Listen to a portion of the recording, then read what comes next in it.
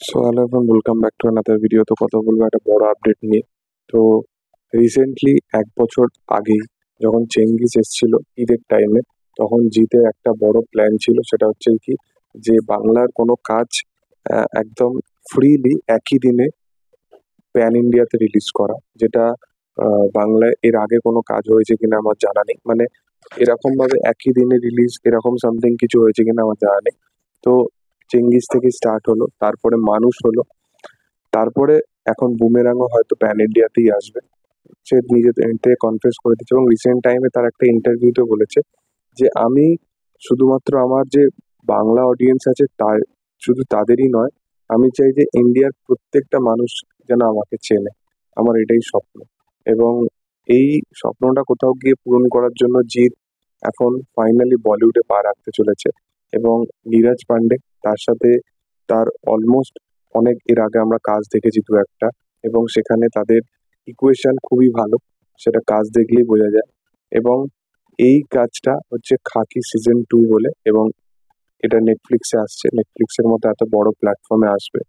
খাকির যে সিজন 1টা ছিল সেটা বিহার পুলিশের চ্যাপ্টার এর ওপর বেসড করেছিল, এবং চ্যাপ্টার 2 যেটা হবে সেটা কলকাতা পুলিশের ওপর বেসড করে হবে। সেখানে মুখ্য চরিত্রে জিৎ এবং প্রসেনজিৎ চট্টোপাধ্যায়কে দেখা যাবে।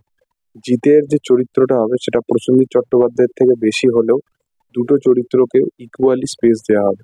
এবং খাকি যেহেতু একটা পুলিশ অফিসারের ওপর বেসড করা একটা ছবি, তো আমি বলতে পারছি না যে জিতের যে ক্যারেক্টারটা হবে সেটা কি ক্যারেক্টার হবে সেটা জানি না। সেটা নেগেটিভ হতে পারে বা পুলিশ অফিসারের হতে পারে, সেটা কি হতে পারে জানি না। বুম্বাদাকে প্রথম যদি নেগেটিভ চরিত্র দেয় সেটা ফাটিয়েই দেবে। আহ জিৎ অ্যাজ এ অ্যান্টাগনিস্ট চরিত্র প্লে করবে কিনা সেটা হচ্ছে দেখা।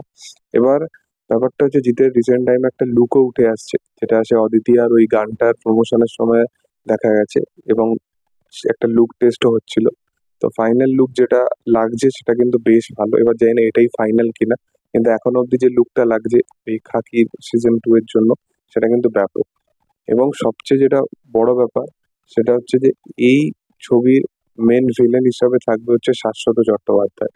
কারণ শাশ্বত চট্টোপাধ্যায় রিসেন্ট টাইমে প্রজেক্টকে এরকম একটা কালকির ভিলেন হিসাবে তাকে দেখা যাবে। এবং এত বড় সিনেমা যেখানে কামাল হাসান, প্রভাস, অমিতাভ বচ্চন, দীপিকা পাদুকোন, এত বড় বড় নাম এই কাজের সাথে যুক্ত থাকবে, সেখানে অ্যাজ এ মেন ভিলেন হিসাবে শাশ্বত চ্যাটার্জিকে আমরা দেখতে পাবো।